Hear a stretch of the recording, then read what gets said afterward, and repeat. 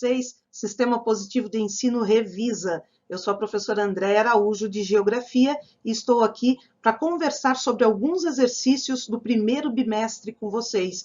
Nós vamos ter a oportunidade de revisar temas importantes aí que você estudou no primeiro bimestre. Esses exercícios que nós vamos trabalhar são do seu livro de atividade, pessoal. Então, pega o seu material, pega a caneta, pega lápis e vem comigo. Vamos trabalhar exercícios de revisão de primeiro bimestre.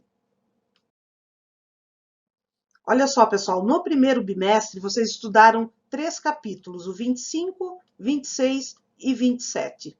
25, a questão energética, 26, grandes questões ambientais energéticas, e o capítulo 27, a questão energética no Brasil.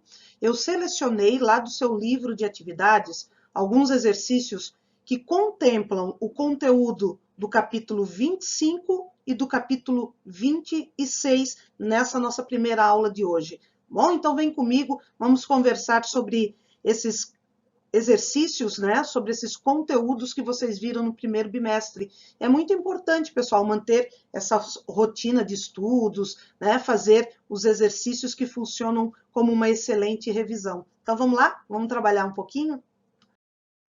Tá aqui, pessoal, o primeiro exercício, lembra que é do seu livro de atividades, da página 8, ele vai contemplar o conteúdo do capítulo 25. Nós vamos resolver o exercício número 6 e o exercício número 7. Então, vamos ao exercício número 6. Tipo de energia considerada renovável e limpa? Opa, uma boa informação. Já vamos até sublinhar aqui. Muito utilizada no Brasil, principalmente nas regiões sul e sudeste, graças à sua extensa malha fluvial. Outra informação importante. Possui algumas restrições, principalmente devido à área inundada pela barragem. A energia que o texto se refere é... Então, um pequeno texto aqui falando de uma determinada energia, ele já nos dá a dica que é uma energia renovável e limpa. Então, vamos às opções. Letra A é nuclear, B, geotérmica, C, solar, D, hidroelétrica ou E, eólica. O texto faz referência a que tipo de energia renovável muito utilizada no Brasil, pessoal? Tá aqui, ó, a hidroelétrica, tá? Muito utilizado, grande parte da nossa matriz energética vem aí de uma usina hidroelétrica, tá? O Brasil, só lembrando, possui, como vocês estudaram, possui uma das matrizes energéticas mais renováveis do mundo. E as usinas hidroelétricas, nós temos inúmeras ao longo das nossas bacias hidrográficas, Então, 75% da energia gerada no Brasil vem de uma usina hidroelétrica, tá bom? Então, a dica principal aqui no enunciado foi essa malha fluvial, ao longo dos rios aí. Então, fica a questão 6, a letra D, hidroelétrica. Vamos agora para a questão 7. Marque a alternativa que indica as principais fontes ou tipo de energias renováveis. Então, nós queremos energias renováveis. Quais são as energias renováveis? Letra A, petróleo, biomassa, eólica e solar. B, gás natural, petróleo, nuclear e hidroelétrica. C, biomassa, eólica, petróleo e gás natural. D, eólica, hidroelétrica, solar e biomassa.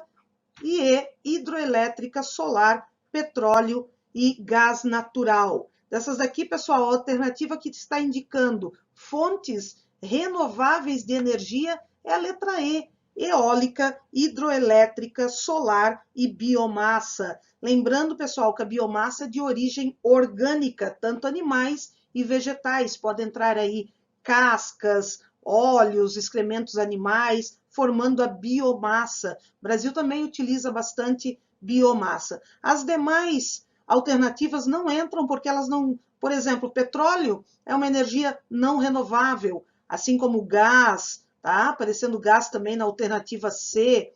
Aqui na alternativa E, tá? Apareceu aqui o petróleo, o gás natural. Então, a única alternativa que tem todas as fontes renováveis é a letra D. Ok, pessoal? Então, ficou 7 letra D. Vamos para mais uma questão. Página 9, ainda conteúdo 25. Pessoal, vai falar do pré-sal. É um texto, né, em 2007 nós descobrimos aí o pré-sal, uma extensa área que vai do Espírito Santo até Santa Catarina, tá? Para nós, na época, foi um grande projeto, porque nós perfuramos aí, né, até 7.000 metros abaixo, né, de uma extensa camada de sal, que foi muito difícil. Na época, foi a maior perfuração que nós fizemos aqui para a extração do petróleo no país, tá? Nós estamos explorando algumas áreas aí do pré-sal hoje. Então, vamos à pergunta, o que ele quer saber sobre o pré-sal? Sabe-se que a formação do petróleo ocorre através da alteração da matéria orgânica vegetal ou animal de origem oceânica retida no subsolo. Baseando-se nessas informações, é correto afirmar que a área propícia à produção do petróleo localiza-se: A. Nos subsolos oceânicos em áreas de bacias sedimentares, B. Nos terrenos cristalinos em locais que estiveram cobertos por mares, C. Nos subsolos oceânicos em áreas de terrenos cristalinos da era Mesozoica e D. Nos terrenos sedimentares em subsolos oceânicos da era pré-cambriana. Pessoal, questão número 9, a letra A é a correta. Nos subsolos oceânicos em áreas de bacias sedimentares, tá? Lembrando aí que são rochas calcárias que formam o nosso pré-sal, tá? Grande parte dessas jazidas do pré-sal foram formados na era paleozoica, também na mesozoica e alguma coisa na cenozoica, tá? Então, nesse caso aqui da alternativa da questão número 9, é a alternativa letra A. Vale a pena, pessoal, pegar o seu material, inclusive ler novamente sobre esse conteúdo. Ele é um conteúdo bem cobrado nos vestibulares, tá? Sempre tem uma questão falando aí sobre a questão do petróleo, aqui a questão do pré-sal no Brasil, tá? Os geólogos já fizeram outras análises pelo mundo, descobriram nas regiões árticas também pré-sal, e em outras regiões aqui do Oceano Atlântico também áreas de pré-sal. Ok? Para nós aqui, uma extensa área do Espírito Santo até Santa Catarina. Bora lá? Vamos fazer mais um exercício? Então, vem comigo, vem comigo.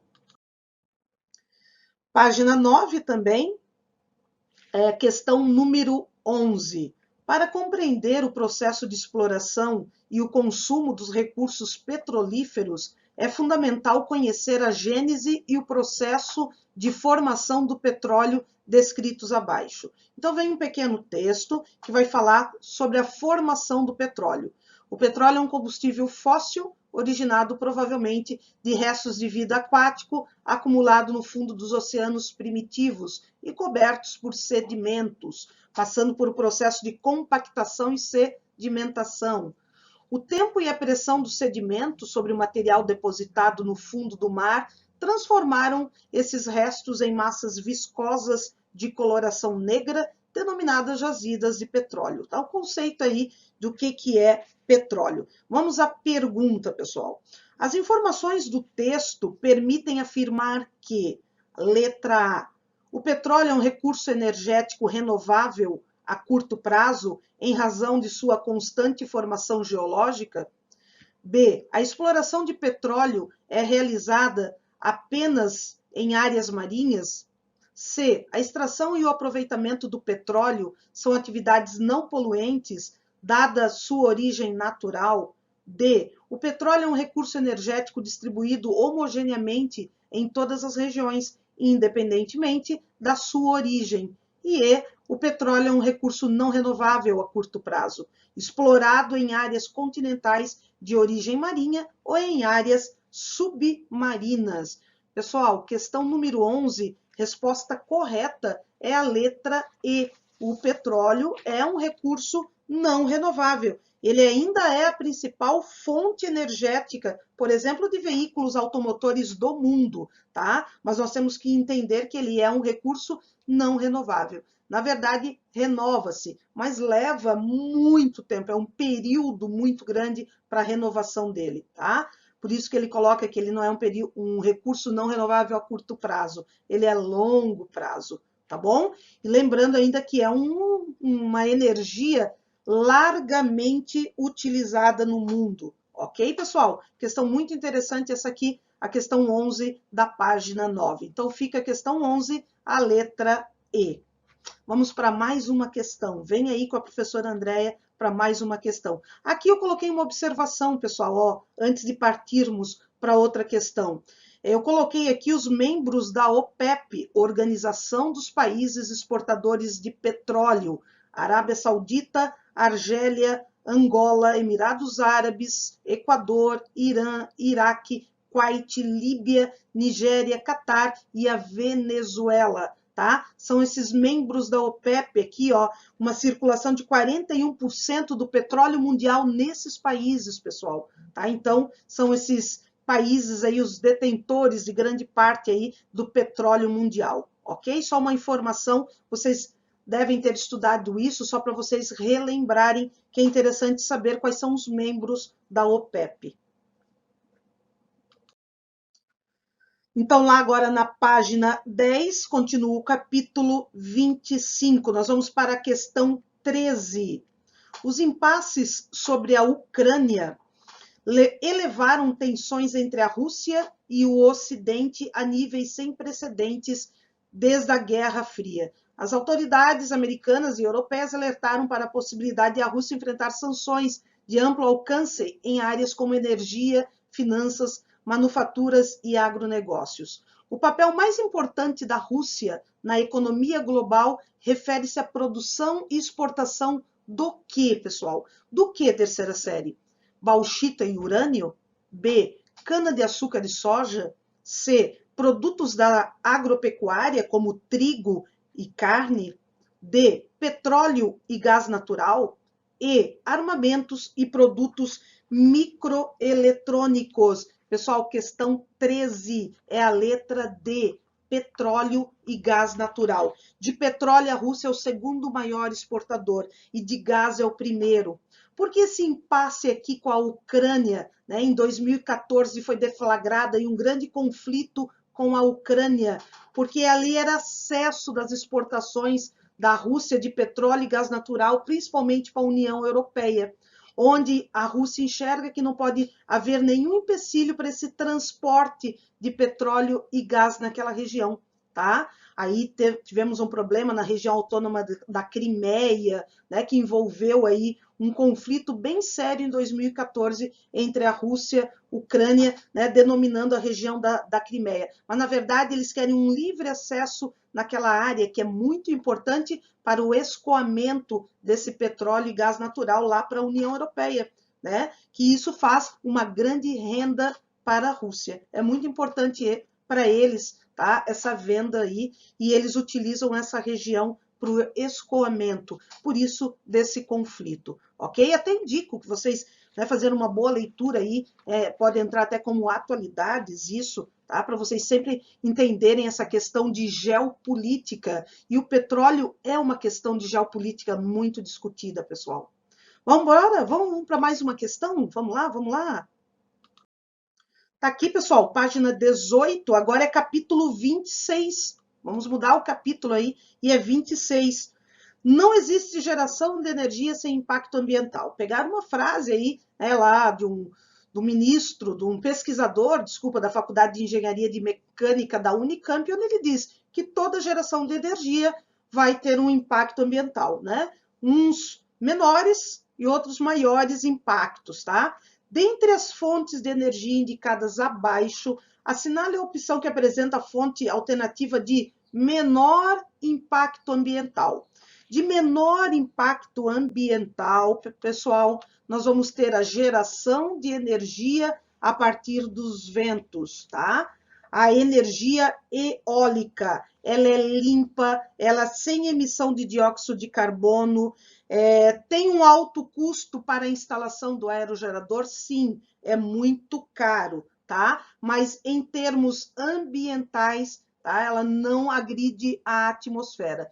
Ela tem um ou outro impacto, né? Olha, de menor impacto, né? Nós não estamos falando que a eólica não é zero impacto, ela tem impacto sim, né? Nas rotas migratórias de aves que batem nos aerogeradores, um pequeno ruído para quem mora perto pode atrapalhar, interferência em sinal de televisão é um menor impacto. Agora, em termos de poluição atmosférica, não, tá bom? O biogás aqui, a utilização do bagaço da cana e o biogás de lixo é muito interessante, mas nós temos aqui uma porcentagem aí de poluição pequena, mas nós temos. Então, nesse caso, a melhor alternativa é a geração de energia a partir dos ventos.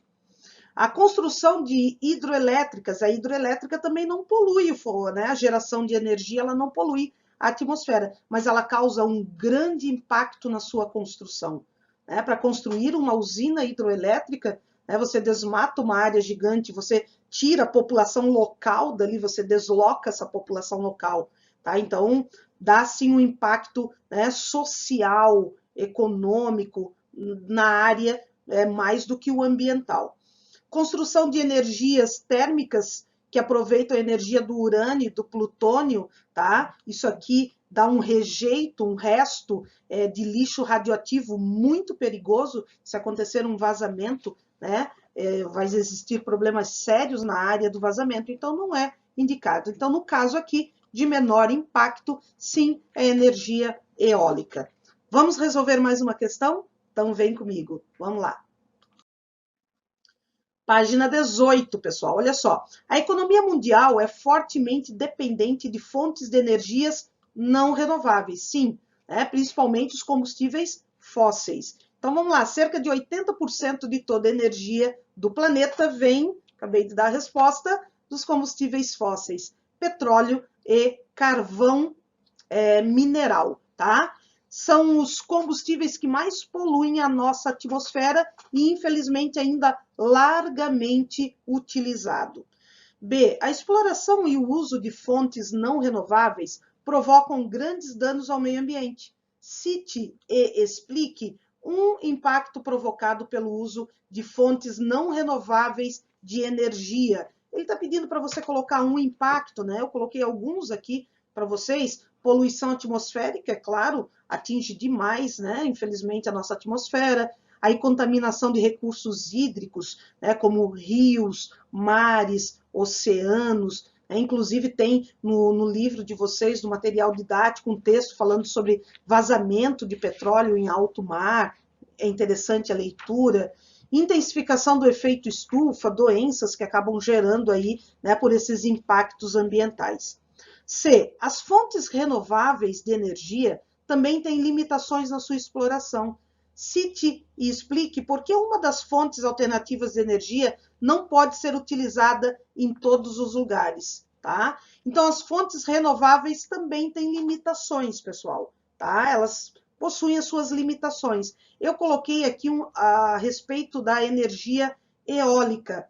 Qual seria a limitação dela? Além, é claro, que do todo o valor dos aerogeradores, que é um custo muito alto, ele vai ter assim o fator de limitação em relação à circulação de ventos adequada para você montar aerogeradores, uma usina de energia eólica. Eu não posso ter ventos fortes nem fracos, tá? Eu tenho que ter uma média de ventos e esses ventos devem ser constantes. Ah, não adianta ter vento só na época do verão, tem que ser ventos constantes. Então, um fator limitante aqui, no caso, pode ser essa circulação de ventos aí, limitante na questão da energia eólica e também o alto custo desses aerogeradores. Pessoal, façam essas respostas, são importantes. Todas essas questões aqui, elas foram selecionadas com muito carinho para vocês relembrarem todo esse conteúdo aí que vocês viram no primeiro bimestre. Então, vai ajudá-los a fazer né? Boas avaliações, para vocês entenderem de forma mais clara o conteúdo. Ok? Muito obrigada pela tua atenção. Até a próxima aula no Sistema Positivo de Ensino Revisa.